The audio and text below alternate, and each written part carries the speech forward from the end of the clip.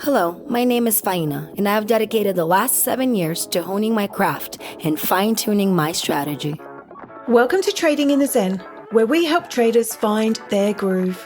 I'm your co-host, Louise Nonweiler, a trading psychologist and multi-award-winning clinical hypnotherapist. Join us weekly as we delve into the trading world, exploring psychology, well-being, health, and mindset.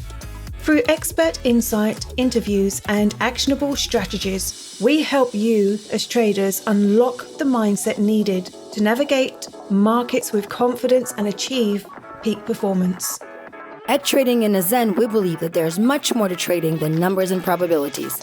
Like an athlete, a trader should operate in their peak state. Each week, you will have mind-blowing interviews as well as actionable tips and strategies that you can implement in your daily life to become a better trader. Thanks for spending time with us today. Now, let's dive right in. Hello and welcome to Trading in the Zen. Today we have a guest, an amazing guest. His name is James Harwood, and James has previously been a guest on Trading in the Zen. So without further ado, welcome on the show, James. How are you? I'm good, thank you. Very good. Hi, James. Nice and relaxed. Hi, how you doing?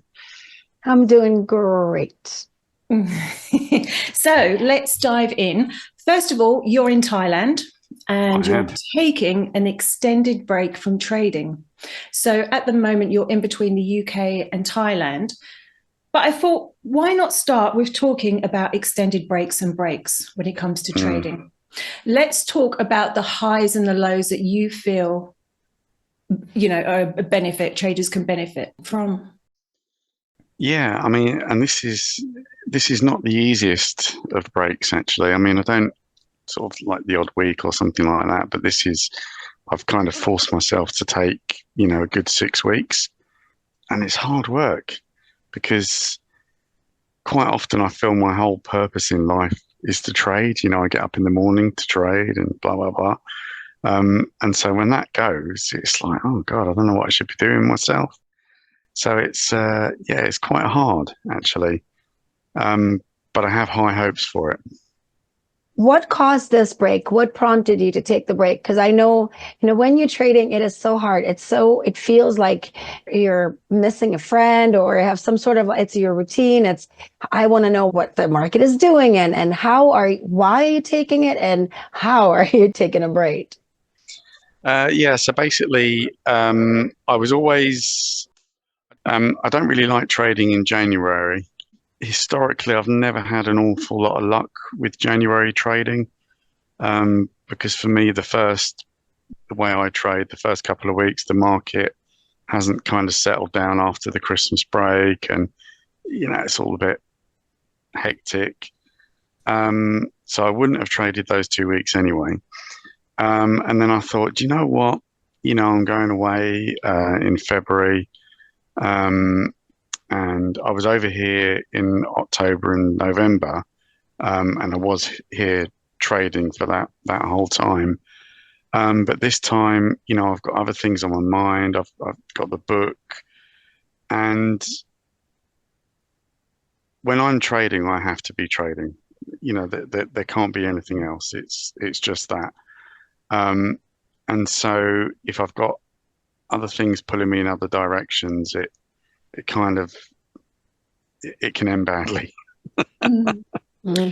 So I guess you would call this like a sabbatical. You're on a sabbatical. Yeah. And I think with this, do you feel that taking an extended break and almost kind of going out of your comfort zone or stepping out of your comfort zone, that it actually can be a time where you can process things, almost look outside of the box in, and then start to evaluate, well, with your trading, what habits potentially do I need to let go of?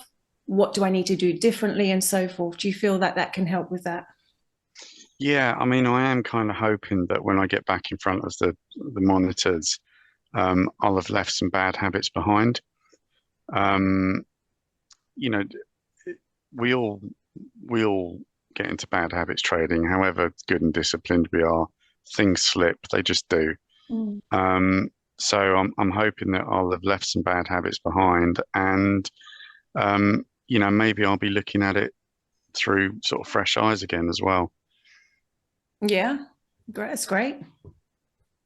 So what habit do you find is the hardest to break as a trader? Because there's FOMO, there is uh, risk aversion. There's so many different things, and we all have probably a bunch of them, right? But what one you've having the hardest time breaking?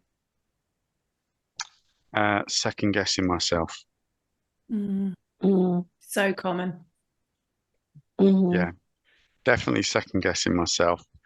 But as a close runner up to that, I guess it would be kind of reevaluating my technical risk in so much as how much I'm risking per trade and stuff like that. Just getting back into being a little bit more disciplined with that. And I'm also hoping to come back with a slightly different strategy as well, which is another reason kind of why I'm having a break, because it's going to clear my head of what I've been doing, and then I can get back and say, right, actually, although the strategy is the same, it's the time frame. I'm trying to look to get into longer term trades. Yeah. James, what do you think the combination is for successful trading? So if you look at it kind of almost like a pie chart, or what do you feel the elements of successful or a successful trader is? Well, discipline is by far and away the most important thing. But, obviously, you have your strategy, but I think what you got to remember is that there's a lot of people who talk about strategies in black and white. It either does work or it doesn't work. I don't think that's the case. I kind of think that pretty much almost every strategy has its merits, and not every strategy works all the time. That snap that's a mosquito going to mosquito heaven, by the way. That's the Thai benefits of Thailand, beauty of Thailand. Yeah, exactly. Yeah. So when you realize that actually probably every strategy has its merits, then, if you're not succeeding, you can't really just blame it on the strategy. You can't say, "Oh, this strategy is no good. It's not working for me. I'm gonna do another one." You have to start looking at yourself and what you're doing. So it's a bit of an eye opener. It's the kind of thing that comes with time. I'm a firm believer with regards to trading as it being a numbers game. You take so many trades, and a certain percentage will work. So then when you get your risk to reward figured out properly, you're going to be okay. Because I think a lot of people think that traders, we trade all day long, or you trade nonstop, but in actuality, I probably trade, I don't know, maybe 30 minutes a day. And the rest of the time it's refining, it's analyzing, it's backtesting, it's looking at what works, looking what has changed. How much time do you think you spend actually trading versus refining? Because I feel like trading, we are always going to be students, because it's a living organism. It's forever changing. Right. So there's nothing that's going to work forever. And there's nothing that does not need a little fine tuning, because the economy changes. There's a lot of stuff going on. So how much time do you think you spend trading versus refining, learning, educating? Probably similar to you, actually. If I'm in front of the screens, say I'm in front of the screens for 12 hours, maybe an hour or under of that is actually live trades. Depending on how I'm trading, I found that when I was here last year, I would make my successful trades in the morning, then I would carry on trading and give it all back, and then I would spend into the night trying to get back what I'd lost in the morning. So if I had been more disciplined and said, right, that's it, after the morning session, I'm done, it would have been a lot better. So it would have been a lot less. Mm-hmm. But yeah, I'm like you. And of course, the other thing is what we're doing when we're in front of the screens is we're waiting. Yeah. We are waiting. Mm-hmm. We're sitting on our hands. There's nothing to be done. When price gets there, I'm doing this. If price goes over there, I'm doing that. But it's not there yet. So I'm waiting. And if it doesn't do either of those things, I'm not doing anything. Right. I always say not trading is also trading because it's capital preservation and it's a decision you make. Yeah. And I always also tell people that if you are incapable of waiting, then you shouldn't be trading because all you're going to do is continuously trigger yourself, and it's going to be a circle of, ups and downs, and it's unnecessary because less is more. And really, if your setup shows up every 5 minutes, then there's something wrong with your strategy, because your setup should not be showing up every 5 minutes. It should be, something very specific, very refined that requires you to wait. But in the time that you're waiting, what are you actually doing? Because some people are reading, some people are doing push-ups. What do you do in your waiting time? This kind of loops back round to the thing where I say that if I'm distracted and trying to do other things at the same time, it ends badly. So in the past, I've been like, okay, well, now it's time for housework. I'm going to go and put a wash on. Oh, I need to do some ironing. I'm going to do this. I'm going to do that. Or, I've got this bit of DIY that I need to finish. So I'll set an alert and carry on doing what I'm going to do. I've realized that doesn't work for me because I I get out of the zen. I step out of the magic circle. And when I step back into it, I need to go through all those things again to regain my focus. So if I'm stepping out of it for an hour, I may as well be stepping out of it for a day, because when I come back in, I'm not there for a long while. I've got to readjust and do that. So that means that when I'm not actually actively taking a trade and I'm waiting for a setup, like you, analyzing, having a look at other currencies doesn't mean I'm going to trade them, but I'm interested in how they're moving. Yeah. So. Yeah, it's an interesting point. But going off track slightly, James, setbacks. One of the biggest things for traders is losses and setbacks. Now, we've spoken a lot about this on the podcast and with different traders, but in your mind, I suppose the question is, when you've had setbacks in the past, how have you overcome them? Initially, I didn't overcome them, and they manifested, which really affected my trading. Then I learnt to walk away, take the rest of the day off, take a week off, have a break, just step back, sterilize myself from the charts, and then come back with fresh eyes. Now, although if I'm having a setback, I'll still step away.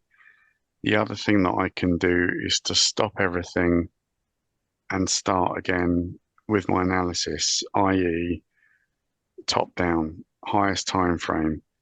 Go and have a cup of coffee, come back, clear everything off my charts, and start again, top down, highest time frame, and readjust my eyes and my thinking. Yeah. Yes, that's really good advice. But I mean that's only obviously in the moment. I mean, longer term, if there's any issues, you need to reset your brain, and this is where, other things of self-improvement, come into play. Yeah.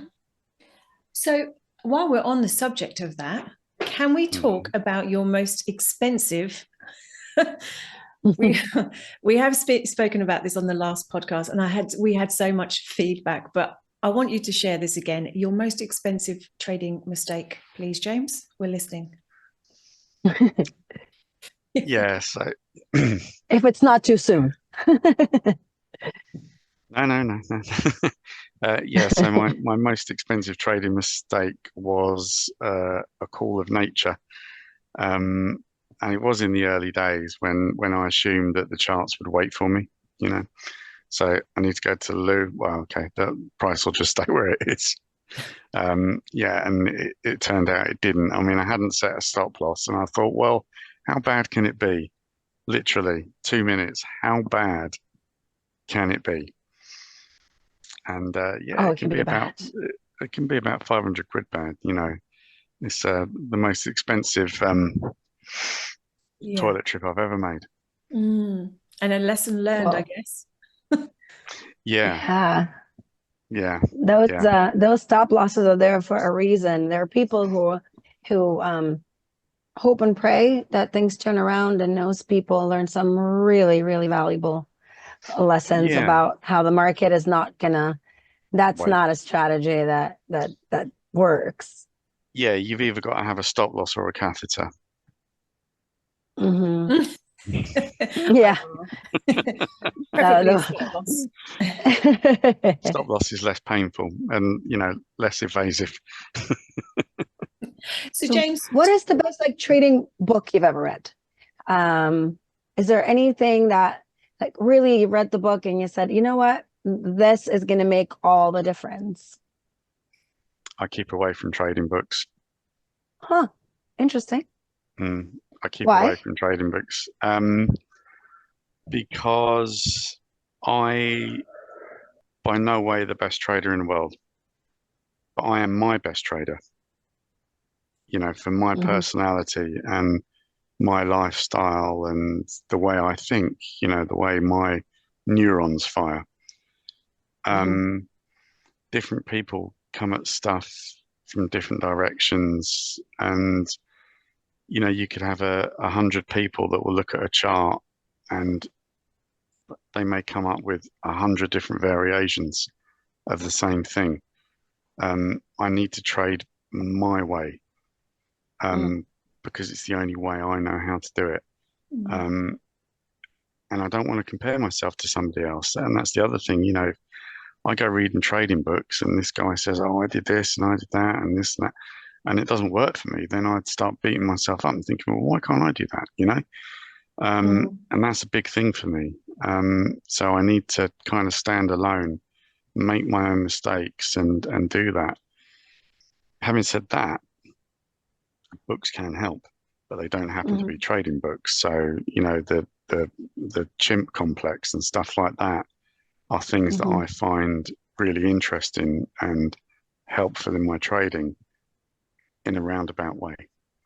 Yeah, well, there are definitely different ways of looking at trading. This is why the market exists, right? There's someone has to be on the other side of your trade thinking something different. We all agree that we wouldn't have a market. We ought to be making money all day. So I see the point. What do you think, how much trading psychology do you think actually matters for us to be successful? Well, if trading is the vehicle, then the trading psychology is the fuel that you have to put in it to make it go. You know, it's as simple as that. Without the fuel, that vehicle isn't moving anywhere. So, yeah, the two have to go together. Absolutely.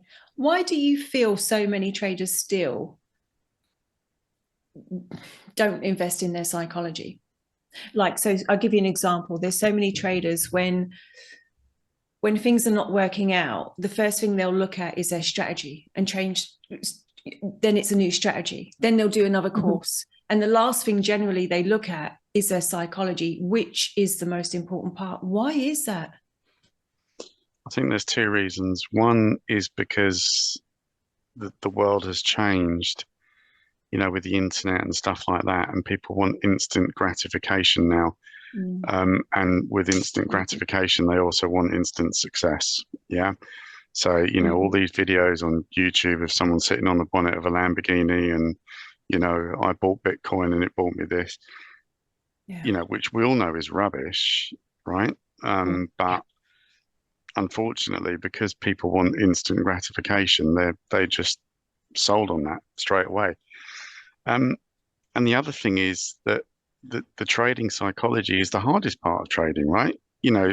Looking inward is the hardest thing to do, to accept your failures and accept your shortcomings and learn how to change them. That's hard. It's so much easier just to ignore them and blame something else, the strategy, the brokers, anything but you. People just don't do it, do they? Yeah. So sometimes the best things don't come easy. Wise words. Yes.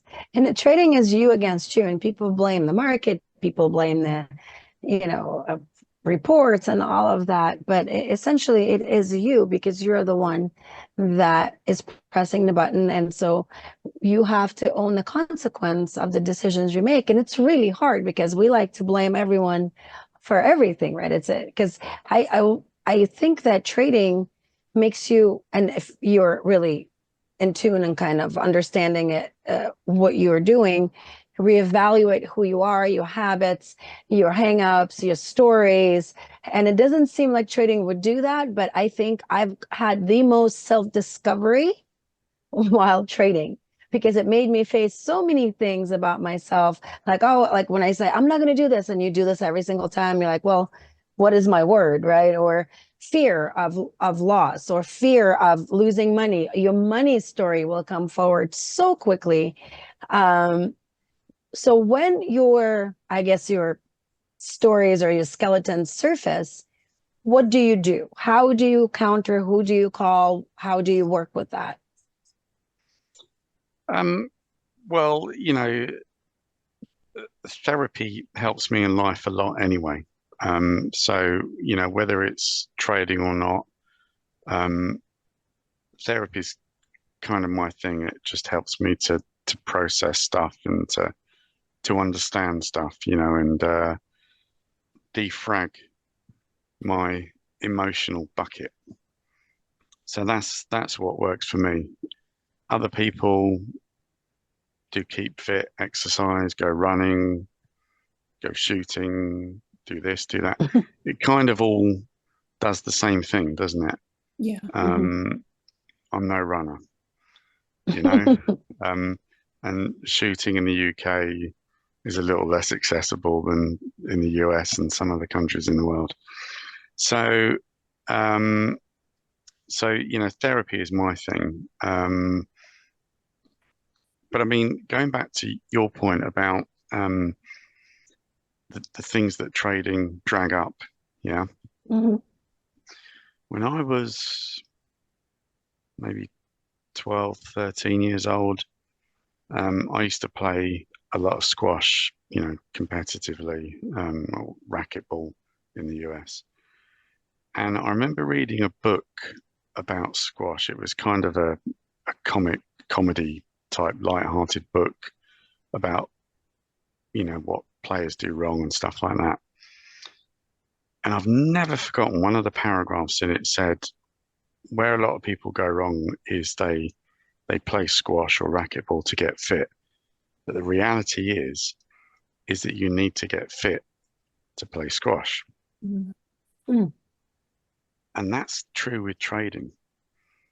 You see, a lot of people kind of say, "Oh, I'm gonna learn how to trade, and it's gonna make my life better, and I'm going to be a better person."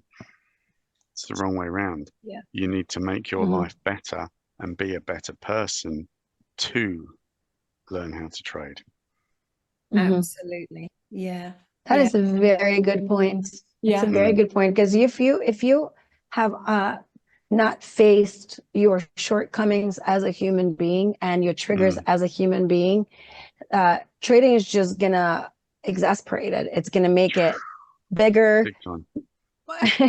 more profound, because you have now the loss of, financial losses, and those are Yeah. so hard to take without having triggers. And if it's because of one of your triggers, it's a really tough thing to swallow, to say, hey, I have this story about money and I was holding on to something. Or, one of my mentors used to say, pigs get fed, hogs get slaughtered.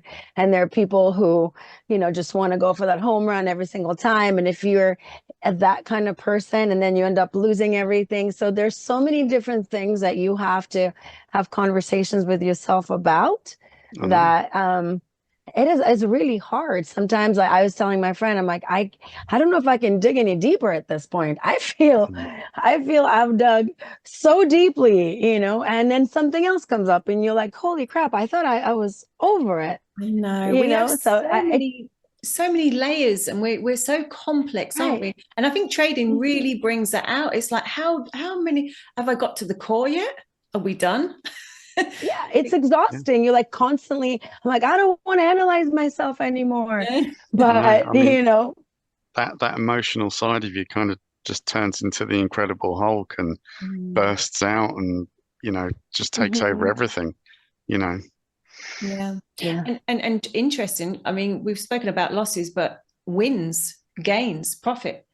This is another thing that actually can be a problem when you think about it. And so many traders that I find, they want to rush into the market to potentially get that profit. And the reason being is because they want to feel the dopamine chemical releasing.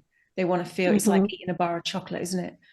But, it's that feel good feeling. Yeah. And it also gives you a false sense of security, because you feel like, oh my goodness, I figured it out. I have it down pat. The next day you show up to the charts, and it could be really punishing. And so I think we always have to remind ourselves that it is probabilities. You take the trade with the biggest probability, and you have to play the number, the amount of trades for the probabilities to actually work out in your favor. And you have to manage your risk, because if you have crazy losses, you have to be incredibly accurate in your wins if you don't let your winners run. And we do the opposite, right? As soon as we're in some money, we just want to take that profit. But as soon as we're in a loss, let me just give it a little more room. And you start to think, well, just a little bit more room. It just needs a little bit more room. And so it's very interesting how our brain is pain aversion versus we just cling on to a little bit of money. And I guess maybe it is my story. We always talk about how do you come out of a bunch of losses, but how do you come out of a bunch of wins? Because they could be a flip side to that. Yeah, absolutely. I mean, there's a very, very good trader I know, very successful. He's on TV and stuff. And he's very robotic about his trades. He's got such fantastic discipline and such a grasp of his emotions. And it's great. And literally, I swear to God, he probably feels the same about a loss as a win. It's just a trade, and he moves on. But he's exceptional. The flip side to that is, if you don't feel the trades, if that dopamine rush doesn't happen, kind of that can be a bad thing as well, because if you get too robotic, you become anesthetized to what you're doing. Okay, yeah, none of us want to feel pain. But pain is there for a reason, right? It's there to tell us something. If we don't feel it, we could be going on injuring ourselves without realizing it, Yeah. So maybe we need to feel the pain, and acknowledge it and say, yeah, that one hurt. I won't do that one again. That one hurt. Yeah.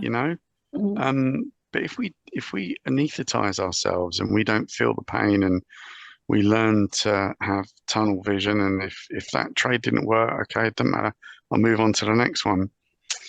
We could get ourselves into more trouble, Yeah, definitely. And I think we're emotional beings. I've had traders contact me in the past asking me the question, can you turn me into a robot? No. We shouldn't suppress emotions ever. We should just, it's emotions in motion. And I think, they can be our signals as well for trading, can't they? If we're feeling an emotional feeling or even a physical symptom, let that be your guidance. Let that show you know what, I'm going on tilt right now, or I'm feeling anxious, or I need to come back to my breath. And I think you're exactly right. I actually heard something, maybe it was yesterday or today, and I forget who was speaking. One of the podcasts I listened to, and she was saying bigger problems teach us bigger solutions. And so if the problem is deep, it's a good thing, because the solution to that problem is going to be more in depth and probably more life-changing. Because if the problem is easy to solve, then you will never get to those really deep, lasting solutions. And that made me think, there are times when it's just something's not working and I can't seem to figure it out, and I can't seem to figure it out. And when I finally do, and maybe when they say when trading finally clicks, it clicks, right? Because then it means the problem was so deep, but most people don't get past that. Most people give up right at that point. People give up. And as opposed to using that point to propel for a bigger solution. What do you do when you feel like giving up? Do you ever feel like giving up? Because trading is hard. It is very hard. No matter what IG tells you, and no matter what those people in front of Ferraris tell you, and those Bitcoin, trading is very, very difficult. It's very risky. It's taxing financially, emotionally. So for our listeners, please understand, if you're not succeeding yet, you're along with probably 92% of the people who are trying. So you're not alone, and it's not unique to you. Maybe your problem is a little bit unique, but even that, when people are talking, you feel like everyone has problems that are very similar. So what do you do when you feel like giving up? I'm going to answer your question with a question. Okay. Have you ever met a truly successful trader who says, yep, I'm there. I'm at the top of the mountain. I'm at the top of the tree. I've done it. I'm there. There are people I've met who said that I have it pretty much figured out, right? And so, and I can think of maybe two people out of all the people that I know, listened to, there's only two people that I know who seem to have it figured out. But it all comes down to discipline. Those other traders, they're not the ones who found the golden goose. Those are the people who are capable, no matter what, to follow their rules and stay disciplined. And I only know two people with that level of discipline. And I don't know them personally, but people that I listen to, and I actually would take their advice, but two. Yeah. And there's your answer, because I don't think, for most people, however good you are as a trader, you ever think, yeah, I've done it. I'm there. I'm a successful trader. Hey, look at me. I think if you're honest, you always probably think, yeah, I could have done that better. I could do this better. I could improve that. I could improve this. I need to sharpen that up. I think, that's the honest thing. And maybe that's the way we need to be, because, if we could become too complacent that we're there, we might find that we're not there very quickly. Lack a bit, yeah. Why do you think only a small percentage? Like, I've got my beliefs and reasons why I think only a small percentage succeed long term over 5 years, say, traders. What do you feel the reason or the reasons are why only a very small percentage do succeed? I just think it's impatience. I think, like I said before, I think people expect instant gratification, and unfortunately, um, trading education, trading and trading education that have run side by side. You know, the other bit running parallel to that is the kind of not so genuine trading education that promises you instant gratification.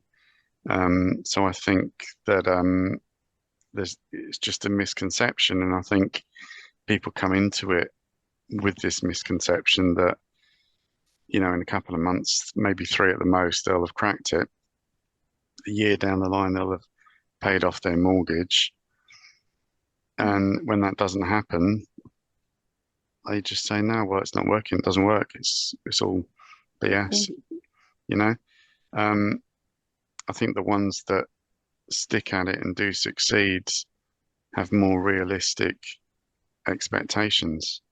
And maybe they don't have a timeline. It's, maybe it's just like, well, I'm just gonna keep going and keep doing this. And when I first started trading, a trading buddy of mine kept saying to me, "Oh, I can't wait until it just clicks, and it'll all fall into place, and then everything will be all right, and it'll all be great, and blah blah blah, and the sun will always shine, and the sky will always be blue." And I said, I don't think it's going to happen that way. I said, I think what will happen is that we'll just gradually kind of make less and less mistakes, you know? Yeah. But we'll still have bad days, and we'll still have bad weeks, or even a bad month. But generally speaking, we'll kind of just make less and less mistakes. And if we are doing something wrong, and we are making mistakes, then we'll kind of know what to do about it. Whereas at the moment, we don't know. Yeah. I also think people are trading with money they can't afford to lose. And I always advise people who are asking me, well, I want to start, do not quit your job. Do not take out your 401k. Do not trade to make money. Do not make it all about this one trade. And I think people, because it's already really stressful, but if you're coming into here, in front of your computer at this time, and you have the last dollar, and this is gambling, this is not trading. So do not come here with your last dollar. And if you can't afford to lose the money, then your risk is too big. And if you can't afford the risk, then wait until you have a little bit more money and come back to it. Because otherwise, this is going to turn into unprecedented disaster. And I just don't feel like that's mentioned enough. How dangerous it can be, and how quickly you can lose every little dollar you have. And I think this is where a lot of education out there is lacking the honesty of what it actually takes. And so anytime I get to stress that point, I would like to. For those who are listening, if it's your last dollar, just don't. You know what? Paper trade. Figure it out. Hard truths. It's a hard truth, and every trader needs to know those. Absolutely. Right, going off track. Sorry, James, you were saying? Well, no, all I was gonna say is I think when people have that kind of attitude, they're kind of, I don't want to say failing, because that's too harsh a word, but they're kind of perhaps not in sync with actual life as well, and how life works. I mean, so many people are kind of sold on the fact that everything's credit, and you go out and spend $80,000 on that BMW, which hey, it's only $80,000, but it's not though, is it? Because by the time you've paid it off, it's $250,000, and so credit, and they're kind of never earning enough to clear any of those debts, and it's snowballing, and they're snowballing through life. So kind of the way to do it is to live in deficit all the time, to be spending less than you're earning. And it's kind of the same with trading, really. You need to be risking a lot less Yeah, definitely. Yeah. And going off track, because we are slowly coming into the end of our show, you are an entrepreneur. You're a bit of an entrepreneur. You've got your hands in a few pies. And one of the things is you write books, and you're in the midst of writing a book called The AI Assassin. Do you want to share some information and how that's going? Yeah, I mean, that's kind of my little pet project while I'm out here. I have to finish it because I've got another one I want to write straight after, actually. Wow. Yeah. Um, so years ago I wrote, and that's how I got into trading, because I was always looking for a career that I thought would allow me to write. So I thought, hey, trading, that'll do it. So I'll learn how to trade, and Easy. next month, I'll trade for an hour Hmm. and write for the rest of the day, and life will be great. Um, and then kind of 6 years down the line, I was completely hooked on trading. I hadn't written a thing. I dropped writing like a hot potato because I loved trading. I loved being in front of the charts. And I've kind of only just really kind of picked it up again. So this story grew in my head, and I just thought, hey, you know what? I want to write this down, because I enjoy writing. It's the ultimate escape. You watch a good movie and you're there. You read a good book and you're there. You write a book, not only are you there, but you're telling the characters which door to walk through. You know. Hmm. So it's great escapism. And the stories come to me really quickly. I can't explain it. They literally come in a flash. I mean, the next book I want to write, I was on a train in south of France. It pulled into a station. I saw some guys playing Kaplunk down on a green, and the story was in my head like that, a whole book. And so then it's just a question of getting it out of my brain and putting it on the paper. Yeah. But everything's there. And do you like that part as well, the delivery of kind of getting it out onto paper? Do you like that part? I do, but I find it frustrating because I feel like I can't get it out quick enough. Because all the words are in my head and I just want to get them out, and I just can't get them out quick enough. I can't physically write that fast. Wow, amazing. Do you write it or do you type it? I always wanted to know, like, writers, are you typing your words, or some people are old fashioned? Like, I prefer an old fashioned book.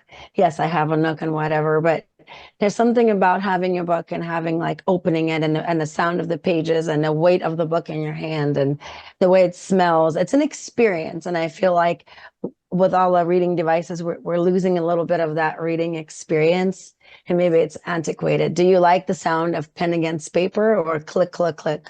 Well, it's click, click, click because my writing's so bad that if I wrote it all out, I'd never be able to read it. No, neither would anyone else. So I do type it out, but it is always with the objective of it being a printed copy. So yeah. I mean, a lot of people listen to audiobooks and stuff, but yeah, I'm like you. I kind of like to read. It's an experience. It's the whole ritual to it. Like, I smell my book when I buy it. It smells the pages. It's I don't know. It's like sight, going to a nice sound. coffee shop. Yeah, I love that too. And make it, or like you snuggle with a blanket and a glass of wine, and then you have your book in your hand. It's a whole experience of reading. It's like winding down. It's going within, kind of, like personal time. So there's something very nostalgic about it. Having to read the last page 5 times because you've read it and haven't taken any of it in. Whereas if you do that on an audiobook, you rewind and you're 3 chapters too far. It's So Faina and I are waiting for our signed copy, by the way, James. Yes, absolutely. I would like a physical copy. I'm going to smell it, the whole thing. Okay. I'm going to smell it. James, before we wrap up the show, there's one last thing that I want to talk about. Now, you have launched, I think it was this year or last year, the forex clinic. So do you want to just share to the listeners what the forex clinic is? And by the way, I think it's a fantastic name. So Thank you. Yeah. So yeah, basically it's obviously we all talk about psychology a lot, which is so important. But there were so many times where I've been sitting there in front of the screen looking at the charts, thinking to myself, well, yeah, okay, I know, the psychology of this, and I've not got it nailed, but I know what I need to do, etc. But how sure am I that this strategy is actually right? Am I doing this technically correct? Am I working out the position size correct? Am I using the moving averages how I should be using them? So really, it's kind of, it's designed to run along with, the psychology side of it, on a more technical basis. So it's a technical clinic. Yeah. So they can come to you for one-to-one sessions and Zoom or online, and Yeah. Tell me their problems. Tell me how they're doing it. I'll go over and have a look at it. I'll do a video or a series of videos for them, which they then get to keep, so they can always refer back to it. A diagnostic. You're going to give them an exam. Yeah. Not a exam like we don't want. Not one of those exams. There'll be no endoscopies. Just a check. Sometimes that's where the brain's at. Sometimes you're gonna have to go get your head out of that area.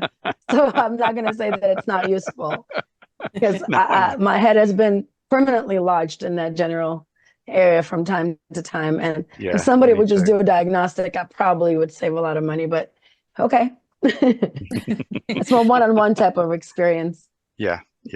So we'll put a link to. Thanks for sharing that, James. We'll put a link to your website. Great. Yeah, there's social media. Fantastic. Yeah, the social media is kind of the last thing to be set up. There's going to be some blogs on the website by the end of the week. I've been busy tapping away writing those, so they're all going to be dumped on there. So fantastic. James, it's always a pleasure talking to you. And to you both. Thank you so much. You just, like we said last time, we had so much feedback saying, can we get James back on? And we haven't even had to pay you. Yeah. I'm cheap anyway. Ask anyone. Yeah, they'll all tell you. I can't say the same thing about myself. It just doesn't sound right. I know. And Louise, I know. Anyway, it's a pleasure. We'll put the link to the Forex Clinic in. Good luck with the book. Good luck with trading. Enjoy your sabbatical. Well deserved. And watch the mosquitoes. Great speaking to you both. Yeah, I am being bitten. Yeah. All right, we'll let you Have go. a wonderful day. And thank you all for listening and watching. And we'll see you next time. See you next time. Bye-bye. If you would like to be a guest on the show, then please contact us at info@tradinginthezen@gmail.com. If you're a trader who is struggling with their psychology, then please go to www.hypnosisfortraders.co.uk. There are various trading psychology packages and programs that will transform you as a trader. For one-to-one trading strategy mentoring sessions with Faina, please contact her below. Her details are in the description. Thank you.